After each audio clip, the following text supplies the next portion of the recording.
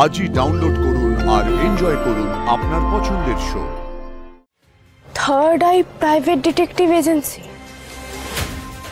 কিন্তু সঞ্জনার বাবা এই ডিটেকটিভ অফিসে কেন এলেন? সেটা জানতে গেলে তো ভেতরে গিয়ে দেখতে হবে। চলুন। এটা কি করে সম্ভব আশি? আর তুমি যেটা বলছো ওটা একটা সিনেমা, আর এটা হচ্ছে রিয়েলিটি। It's impossible. আমি জানি স্যার, এটা খানিকটা ইম্পসিবল বটে, কিন্তু এমনটা হতেই পারে না তা তো নয়। আপনার মনে আছে স্যার, যখন উপনীতার সঙ্গে আমাদের রাস্তায় দেখা হলো, তখন ওর বর খোকন সমাদার আমাদের কি বলেছিল? উপনীতা আপনার সিনেমা খুঁটিয়ে খুঁটিয়ে দেখে। আরে এমনটা তো হতেই পারে আপনার সিনেমা থেকে আইডিয়াটা নিয়েছে।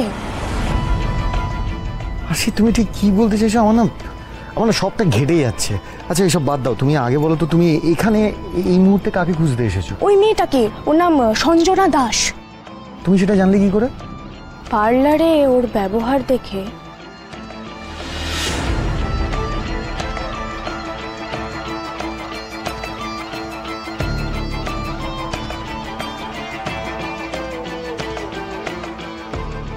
বজরংবলী, কেন জানি না মনটা খচখচ করছে। এই মহিলার সঙ্গে এতবার কেন দেখা হচ্ছে বলো দেখি। কি মহিলা? সামনে বিলটা যখন রয়েছে, একটা ছবি তুলে নি, যদি কোনো কাজে আসে।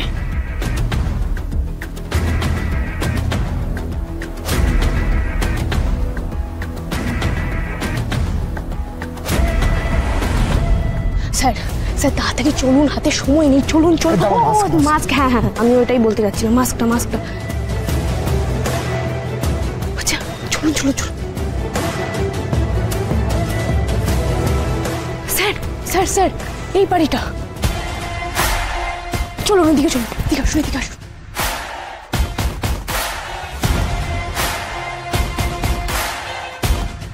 এভাবেই আমাদের নজর রাখতে হবে, বুঝলেন তো স্যার? আসি, এভাবে লোকের বাড়ির ভেতরে নজর রাখতে না আমার ভালো লাগছে না। ব্যাপারটা খুব খারাপ দেখাচ্ছে। শুধুমাত্র সন্দেহের বশে এসব করছি। বাই চান্স ধরা পড়ে গেলে? আরে বাবা, ধরা পড়বো না, চাপ নেবেন না তো। আর এটা ছাড়া তো কোনো উপায় নেই। মেয়েটার ব্যাপারে ভালো করে জানতে গেলে পিছু তো নিতেই হবে। স্যার এই দিকটায় আসুন তো, আসুন আসুন।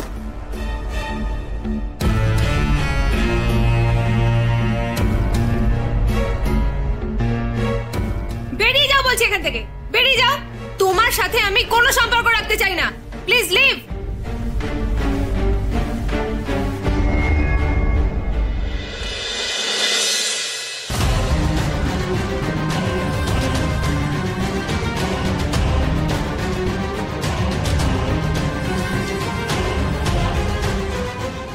ছেলেটাকে কার সঙ্গে ঝামেলা করলো?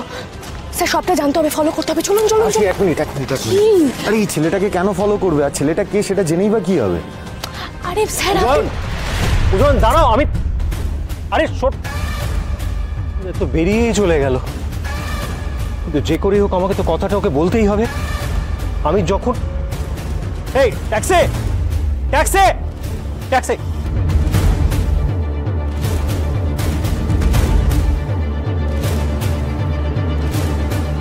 বাবা, বাবা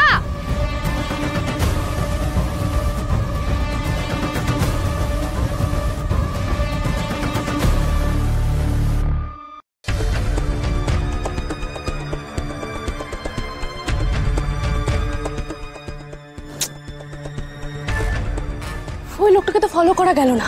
আপনি আপনার প্রশ্ন বিচিত্রা নিয়ে বসলেন। কিন্তু স্যার এই লোকটাকে ফলো করতে হবে। ইনি হচ্ছে সঞ্জনার বাবা, বুঝেছেন? গাড়িটা তো আবার ওইদিকে পার্ক করা। তাড়াতাড়ি চলুন, আসুন আসুন আসুন আসুন।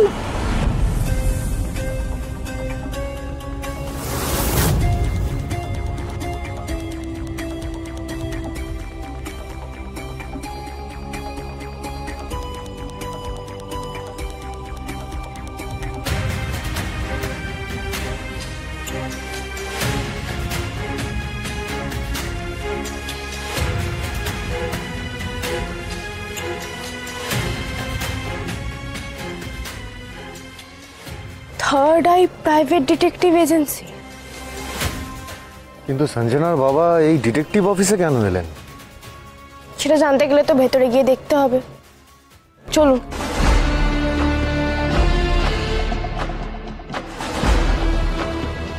কিছুদিন ধরে একটা অদ্ভুত পারিবারিক সমস্যা ফেস করছি, সেই কারণেই আপনার কাছে আসা।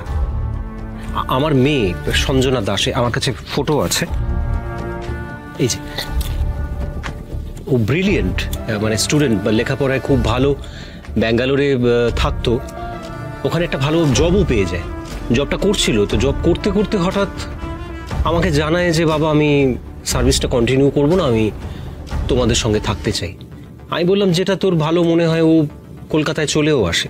আমাদের পৈতৃক বাড়ি ব্যান্ডেলে, আর কলকাতায় একটা বাড়ি আছে আমার, সেটা বন্ধই থাকে।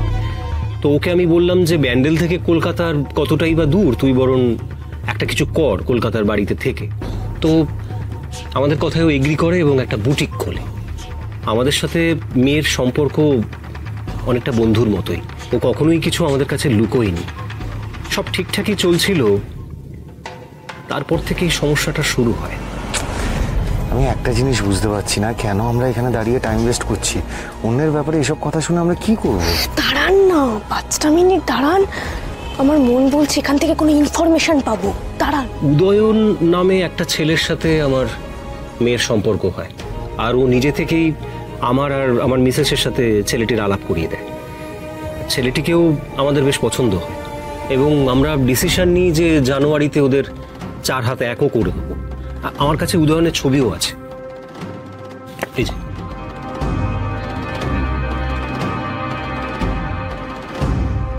আর পেছনের ঠিকানাও লেখা আছে।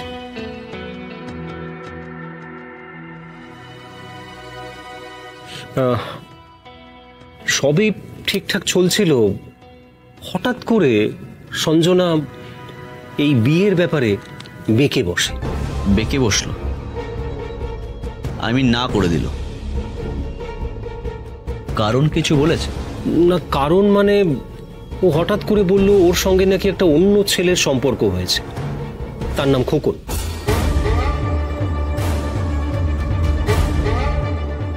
এই তো আমাদের টপিকে ঢুকেছে মনে হচ্ছে। এই খোকন বলে ছেলেটিকে বিয়ে করার ব্যাপারে আমরা একেবারেই মত দিই। আর তাছাড়া উদয়নের সঙ্গে বিয়েটা আমার মেয়ে কেন ভেঙে দিতে চাইছে সেটাও আমাদের কাছে পরিষ্কার নয়, আর এটা তো হওয়া উচিত নয়। আর দ্বিতীয়ত এই খোকন ছেলেটির স্ট্যান্ডার্ড, কালচার কোনোটাই আমাদের সঙ্গে মেলে না। এই খোকন নামক ছেলেটির সঙ্গে আমরা বিয়ে দেব না, এই কথা যখন আমাদের মেয়েকে আমরা জানাই, তারপর থেকেই আমাদের মেয়েটা একেবারে পাল্টে গেছে। সারাক্ষণ খিটখিট করছে আর প্রেশারাইজড করছে যে আমরা যাতে ওর সাথে বিয়ে দিয়ে দিই। আমি নিশ্চিত এই খোকন নামক ছেলেটি আমার মেয়ের মাথায় কিছু একটা ঢুকিয়েছে।